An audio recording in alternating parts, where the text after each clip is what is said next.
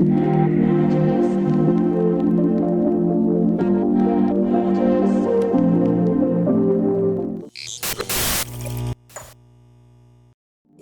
んにちは、学びオタクです。今回の動画のテーマは HG エアリアルを使ってガンプラ初心者が上手くなる3ステップで部屋を汚さない、完成度高い小スペースを実現するになります。この動画はガンプラ作りたいけど作れる場所がリビングなど限られるので、なるべく部屋を汚したくない、塗装しなくても少しでも完成度を上げたい、作ったキットも道具も小スペースにしたい、そんなガンプラ初心者の方に向けて動画を作成しています。もちろん初心者でない方でも知識の振り返りとしてお役に立てる内容となっておりますので、ぜひ最後まで動画を見てもらえると嬉しいです。今回のポイントは3つになります。1つ目は部屋を汚さないためにカスの出るヤスリは使わずになるべく簡単にゲート処理をしていく。2つ目は無塗装でも完成度を高めるために素組みに墨入れをして艶消しのクリアをしてあげることでお手軽かっこいいガンプラにする。3つ目は作った後も小スペースにするためにガンプラ箱を収納ボックスにし、使う道具も必要最低限にするという順番で解説していきます。私、学びオタクは子供の頃にガンプラにはまり、そのままフェードアウト。2016年にプラモデル制作に本格復帰し、大人の財力で道具を買い揃え、ノウハウを学びながら実践し、スキルアップの過程を動画配信しております。次回以降では今回お手軽かっこいいガンプラとして仕上げたエアリアルをがっつりプチ改造、全塗装していきますので、ノウハウやキットのレビュー、学びオタクの上達過程が気になる方はぜひチャンネル登録してくれると嬉しいです。そして動画の最後にお手軽かっこよく作ったエアリアルの個人的な感想を5段階評価していますので、ぜひ最後までこの動画を見ていってください。そして本編に入る前に大前提としてとても大事な話をします。まずお手軽かっこいいガンプラを作るためにはそもそもの作るキット選びがとっても大事です。なので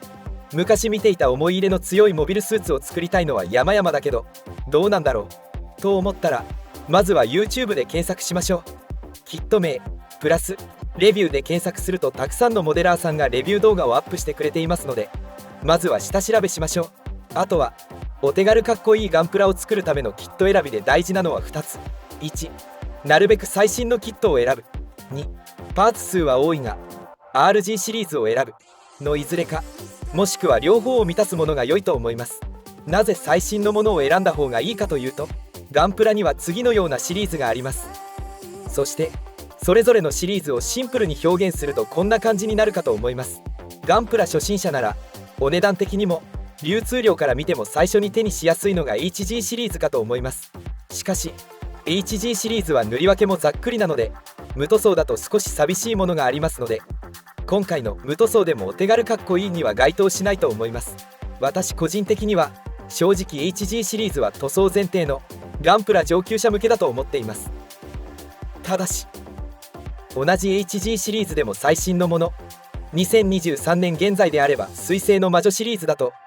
HG なのに非常に完成度も高く、塗り分けもしっかりしています。 HG シリーズでお手軽かっこいいを目指すのであれば水星の魔女シリーズはとてもおすすめです。キット選びの2つ目はパーツ数は多くなってしまいますが RG シリーズが学びオタク的におすすめです。 RG シリーズの特徴はより細かいディティールが再現され、塗り分け部分でもきちんとパーツ分割されているので、素組みでも塗装が必要ないくらいの完成度に仕上がります。私学びオタクも2016年に本格的にプラモデルを作り始めた時は RG シリーズを中心に素組み、墨入れ、トップコートで作っていたぐらいとても良いキットが多いです。 RG 以外を避ける理由はマスターグレードは100分の1という大きさがスペース的にネックでした。 HG はどうしても塗装しないと見栄えが悪いと感じてしまうためでした。簡単にお手軽かっこいいガンプラを作りたかった私は RG シリーズ縛りで一時期作っていました。ただし同じ RG シリーズでも初期の RG はパーツポロリや折れやすかったりしますので、 RG シリーズの中でもなるべく最新のものを選んであげてください。なおお手軽かっこいいガンプラを作る上でやってはいけないキット選びは Q キットや SD シリーズに手を出すことです。特に昔のキットほどプラの材料が最新のものと異なり、材質が硬質であったり塗装が大前提で塗り分けできていない、稼働が少ないものが多いので昔のものほど難易度は上がると思っておいてください。また SD シリーズは確かにお手軽ではありますが、無塗装でかっこよく仕上げるには難しく、たとえ塗装するにしても細かい塗り分けやマスキングが必須で、正直上級者向けだと感じます。まとめると、お手軽かっこよく作るためのキット選びは、1、なるべく最新のキットを選ぶこと。2、パーツ数が多くなってしまうが RG シリーズを選ぶことのいずれかが大事かと思います。そしてぜひ YouTube でキットプラスレビューで検索して下調べもしてくださいね。ということで、今回は手に取りやすい HG シリーズの中でも最新の水星の魔女シリーズから主人公機エアリアルを作っていきたいと思います。部屋を汚したくないので今回は塗装しません。ゲート処理も削りカスを出したくないのでヤスリがけはしません。そのため慎重に2度切りしていきます。ゲート跡が目立つときはデザインナイフで削る、もしくはデザインナイフの刃先で軽くカンナ掛けの要領でゲート処理します。それでも発火してしまった場合はガンダムマーカーでごまかします。気にならなければガンダムマーカーで塗らなくても大丈夫です。こうやってできた素組みキットがこちらになります。いかがでしょうか。塗装が必要な HG シリーズでもこちらの水星の魔女シリーズの出来は本当によくできており、 HG なのに塗り分けもパーツ分割も素晴らしいです。こちらにひと手間お手軽かっこよくするために、この後デカール貼り、墨入れ、艶消しトップコートをしていきましょう。その前に少し股関節を調整して全体のプロポーションを変更します。こうすることで多少足長に見えるようになります。後ほど股関節を変更する前と変更後の画像を比較してみましょう。いかがでしょうか。お分かりになりますか。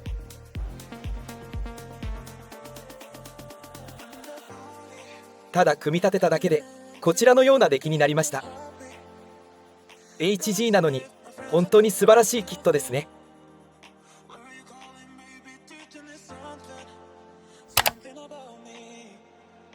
次にデカールを貼ります。この際に指で貼るのもいいですが、やはりピンセットがあると便利です。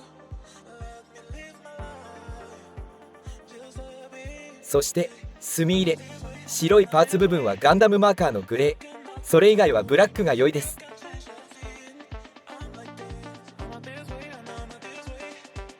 墨入れをするとキットのメリハリがしっかりついて立体感が増してきます。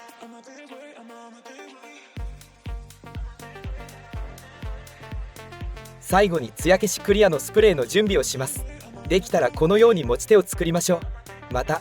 クリアパーツは艶消しの前にパーツから外しておきましょう。クリアパーツに艶消しクリアをすると濁ってしまいますので、ここは手間を惜しまずにクリアパーツを外しておくのが大切です。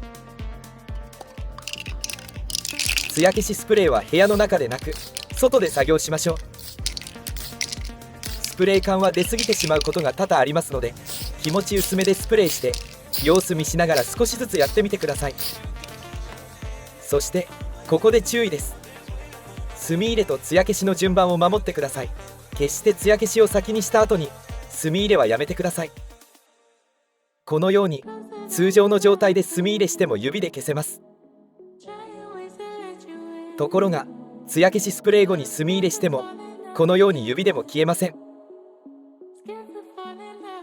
順番は墨入れの後に艶消しとなります。お間違いのないようご注意ください。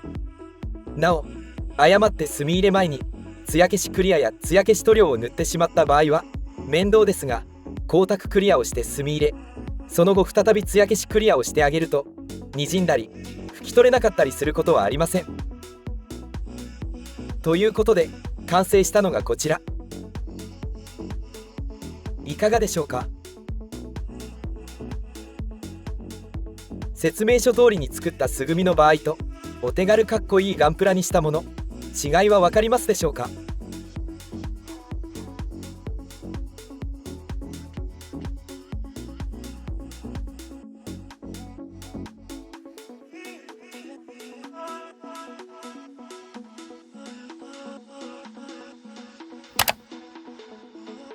今回最小限の道具でお手軽かっこよくするための道具はこちら。使った道具の詳細に関しては概要欄にも記載していますのでご確認ください。ちなみによく見る工作マットは100均でも売っていますが、今回は使用しておりません。そしてプラモデルを完成させるのはとてもいいことですが、できた後のことも考えておかないといけません。今回もエアリアルの箱を収納ボックスとして作りました。ガンプラの箱は実はガンプラ収納ボックスとしても使えます。小スペースとしてのガンプラ収納ボックスは以前の動画でも作成しているので、気になる方は概要欄に動画のリンクを載せておくのでぜひ見てみてください。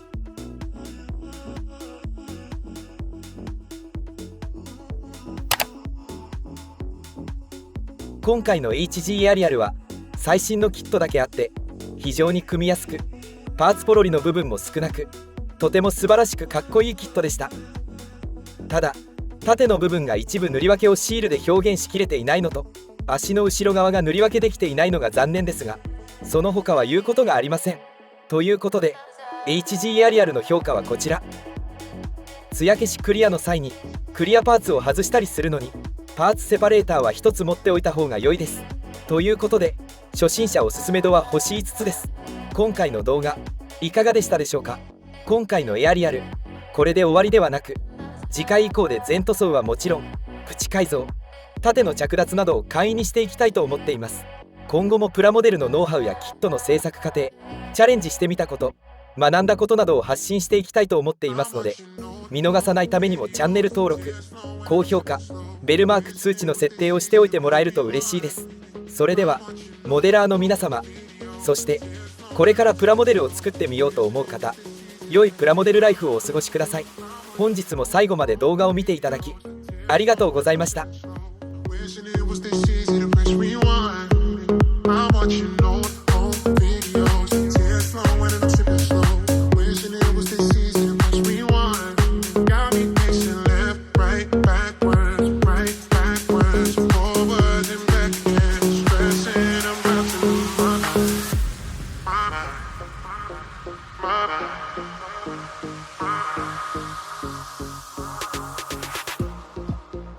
It was never perfect, but it was always a start.